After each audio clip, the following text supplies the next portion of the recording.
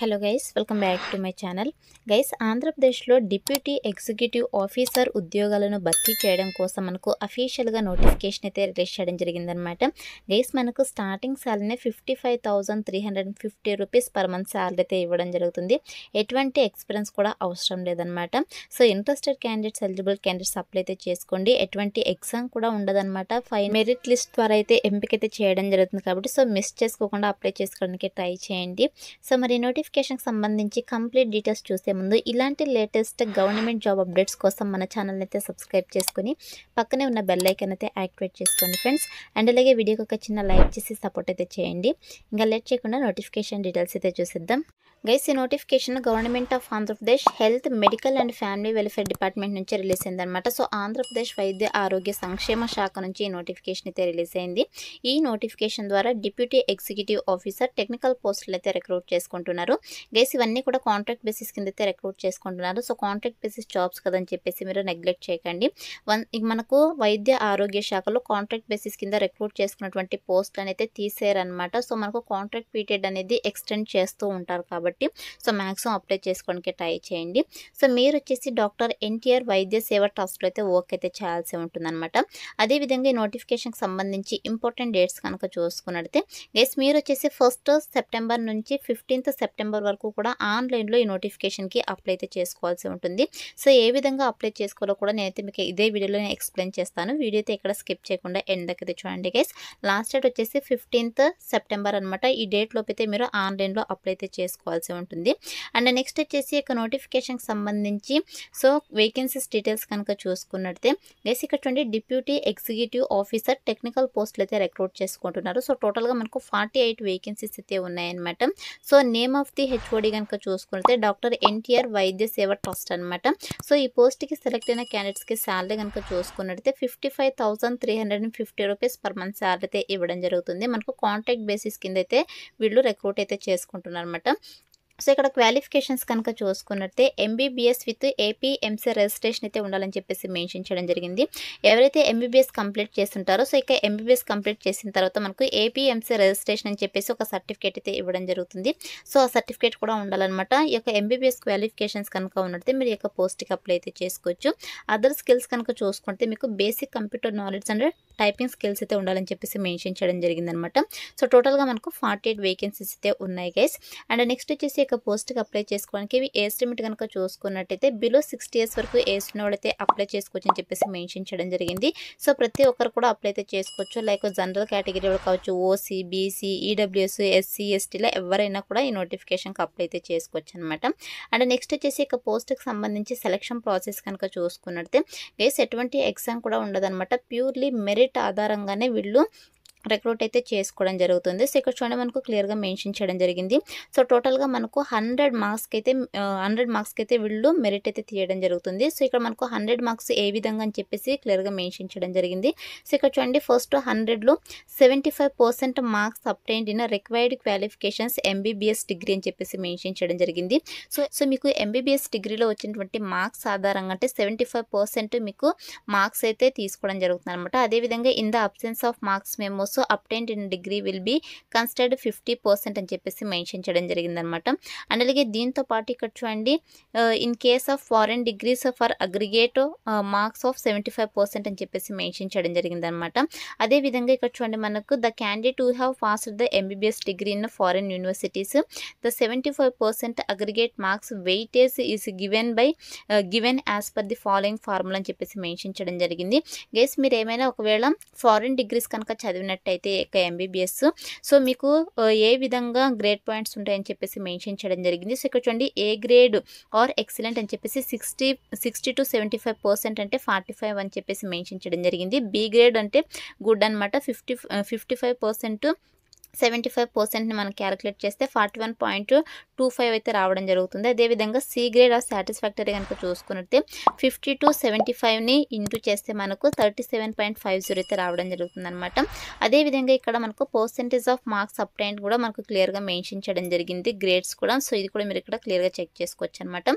అదేవిధంగా ఇక్కడ వెయిటేజ్ కనుక చూసుకున్నట్లయితే గైస్, ఇక్కడ చూడండి వెయిటింగ్ పీరియడ్ ఆఫ్ వెయిటేజ్ అని చెప్పేసి మనకు సో మ్యాక్సిమం 10 మార్క్స్కి అయితే ఉంటుందన్నమాట. సో అంటే మీరు డిగ్రీ మీ యొక్క ఎంబీబీఎస్ కంప్లీట్ అయ్యి ఎన్ని ఇయర్స్ అయి ఉంటుందో అన్ని మార్క్స్ అయితే ఇక్కడ యాడ్ చేయడం జరుగుతుంది అనమాట. మాక్సిమం మనకు 10 మార్క్స్ అయితే కండక్ట్ చేయడం జరుగుతుంది. ఒకవేళ మీరు ఎంబీబీఎస్ కంప్లీట్ అయిపోయి 5 ఇయర్స్ కనుక అయినట్లయితే మీకు 5 మార్క్స్ అయితే యాడ్ చేయడం జరుగుతుంది అనమాట. అండ్ నెక్స్ట్ వచ్చేసి ఇక్కడ చూడండి weightage contract services up to 15 marks అని చెప్పేసి మెన్షన్ చేయడం జరిగింది. సో ఎంబీబీఎస్ కంప్లీట్ అయిపోయిన తర్వాత మీరు ఎక్కడైనా వర్క్ చేసినట్టయితే లైక్ గవర్నమెంట్ సెక్టర్స్లో లైక్ కోవిడ్-19 సర్వీసెస్ సంబంధించి కావచ్చు, లేదంటే కాంట్రాక్ట్ బేసిస్గా కావచ్చు, అవుట్సోర్సింగ్ బేసిస్గా మీరు ఎక్కడైనా గవర్నమెంట్ సెక్టర్స్లో వర్క్ చేస్తుంటారు కదా. సో దానికి సంబంధించి మనకు అప్ టు 15 మార్క్స్ వరకు ఉంటాయన్నమాట. సో మీరు ఎన్ని ఇయర్స్ వర్క్ చేస్తుంటే అన్ని మార్క్స్ అయితే ఇక్కడ యాడ్ అవ్వడం జరుగుతుందని చెప్పేసి మెన్షన్ చేయడం జరిగింది. అదేవిధంగా ఇక్కడ చూడండి weightage to contract services based on type of area. So మనకు ఏరియాస్ని బట్టి యొక్క కాంట్రాక్ట్ సర్వీసెస్ మీరు ఏదైతే వర్క్ చేస్తుంటారో సో మనకు యొక్క ఏరియాస్ని బట్టి మార్క్స్ అయితే ఉంటాయని చెప్పేసి మెన్షన్ చేయడం జరిగింది. సో ట్రైబల్ ఏరియాస్లో మినిమం 6 మంత్స్ కనుక మీరు వర్క్ చేసినట్టయితే 2.5 మార్క్స్ అయితే యాడ్ చేయడం జరుగుతుంది. అదేవిధంగా రూరల్ ఏరియాలో 6 మంత్స్ వరకు మీరు వర్క్ చేసినట్టయితే 2 మార్క్స్, అదేవిధంగా అర్బన్ ఏరియాలో వర్క్ చేసినట్టయితే 1 మార్క్ అయితే యాడ్ అవ్వడం జరుగుతుందని చెప్పేసి మెన్షన్ చేయడం జరిగింది. No weightage will be given for the services less than 6 months అని చెప్పేసి మెన్షన్ చేయడం జరిగింది. గెస్ 6 మంత్స్ కంటే కూడా మీరు తక్కువ వర్క్ చేసినట్టయితే మీకు వెయిటేజ్ అయితే ఇవ్వము అని చెప్పేసి క్లియర్గా మెన్షన్ చేయడం జరిగింది అనమాట. సో ఈ విధంగా మనకు వీళ్ళు మెరిట్ అయితే ప్రిపేర్ చేయడం జరుగుతుంది. So first provisional merit list అయితే రిలీజ్ చేస్తారు. తర్వాత వచ్చేసి మనకు సో ఫైనల్ మెరిట్ అయితే రిలీజ్ చేసేసి సెలక్షన్ లిస్ట్ అయితే రిలీజ్ చేయడం జరుగుతుంది అనమాట. సో ఈ విధంగా సెలక్షన్ ప్రాసెస్ అయితే ఉంటుంది గైస్. అండ్ నెక్స్ట్ వచ్చేసి అప్లికేషన్ ఫీ కనుక చూసుకున్నట్టయితే గైస్ మీరు ఈ నోటిఫికేషన్కి అప్లై చేసుకోవాలంటే అప్లికేషన్ ఫీ అయితే పే చేయాల్సి ఉంటుంది. ఎవరైతే BC, SC, ST, EWS, ex service man's ఉంటారో, అదేవిధంగా డిఫరెంట్లీ ఎబుల్డ్ క్యాండిడేట్స్ ఉంటారో సో వీళ్ళు వచ్చేసి 750 రూపీస్ అప్లికేషన్ ఫీ అయితే పే చేయాల్సి ఉంటుంది అనమాట. సో మిగతా కేటగిరీ వాళ్ళు వచ్చేసి 1000 రూపీస్ అప్లికేషన్ ఫీ అయితే పే చేయాల్సి ఉంటుందని చెప్పేసి మెన్షన్ చేయడం జరిగింది. సో ఇక అప్లికేషన్ ఫీ వచ్చేసి మీరు ఆన్లైన్లోనే పే చేయాల్సి ఉంటుందని చెప్పేసి మెన్షన్ చేయడం జరిగింది అనమాట. సో మీరు ఆన్లైన్లో అప్లై చేసుకునేటప్పుడు ఇక అప్లికేషన్ ఫీ కూడా పే చేయాల్సి ఉంటుంది గైస్. సో మరి నోటిఫికేషన్కి ఏ విధంగా అప్లై చేసుకోవాలో కనుక చూసుకున్నట్టయితే ఆన్లైన్లో అప్లై అయితే చేసుకోవాల్సి ఉంటుంది అనమాట. 1 సెప్టెంబర్ నుంచి 15 సెప్టెంబర్ వరకు కూడా మీరు ఆన్లైన్లో అప్లై అయితే చేసుకోవచ్చు. అదేవిధంగా మీరు ఆన్లైన్లో అప్లై చేసుకునేటప్పుడు ఏమేమి డాక్యుమెంట్స్ అప్లోడ్ చేయాలని చెప్పేసి క్లియర్గా మెన్షన్ చేయడం జరిగింది. సో ఫస్ట్ మీరు రిజిస్ట్రేషన్ అయితే చేసుకోవాల్సి ఉంటుంది, ఆన్లైన్ రిజిస్ట్రేషన్. సో ఏ విధంగా ఆన్లైన్ రిజిస్ట్రేషన్ చేసుకోవాలని చెప్పేసి మనకు నోటిఫికేషన్ పీడిఎఫ్లోనే చాలా క్లియర్గా మెన్షన్ చేయడం జరిగింది. సో ఇక నోటిఫికేషన్ పీడిఎఫ్ని మీరు డౌన్లోడ్ చేసుకునేసి 1-2 సార్లు క్లియర్గా చెక్ చేసుకునేసి అప్లై అయితే చేసుకోండి. అదేవిధంగా మీ యొక్క సర్టిఫికేట్స్ కూడా మీరు అప్లోడ్ చేయాల్సి ఉంటుంది అనమాట. లేటెస్ట్ పాస్పోర్ట్ సైజ్ ఫోటో, అదేవిధంగా ఎస్ఎస్సి సర్టిఫికేట్స్, అదేవిధంగా study certificates 4th to 10th study certificates, marks memos, అదేవిధంగా intermediate certificate, degree provisional certificates, marks memos, original certificates కూడా అప్లోడ్ చేయాల్సి ఉంటుంది అనమాట.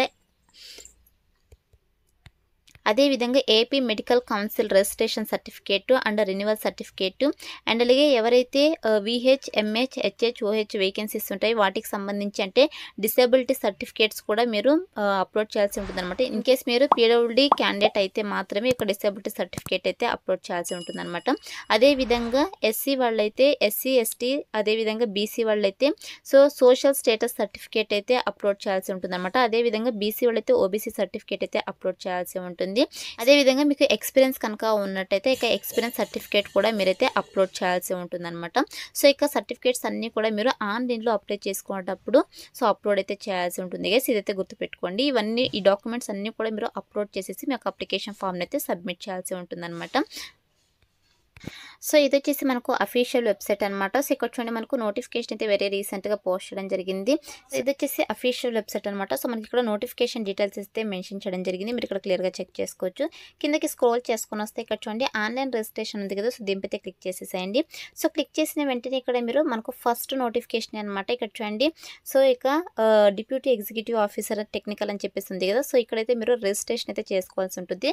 ఆల్రెడీ అప్లై చేసుకున్నట్టయితే మీరు లాగిన్ డీటెయిల్స్ ఇచ్చేసి మీరు డైరెక్ట్గా అప్లై చేసుకోవచ్చు. ఒకవేళ ఫస్ట్ టైం అప్లై చేసుకుంటున్నట్టయితే మీరు రిజిస్టర్ పైన అయితే క్లిక్ చేసేసేయండి. సో క్లిక్ చేసిన తర్వాత మనకు ఇంపార్టెంట్ డేట్స్ అని చెప్పేసి ఇలా రిజిస్టర్ హియర్ అని చెప్పేసి రావడం జరుగుతుంది.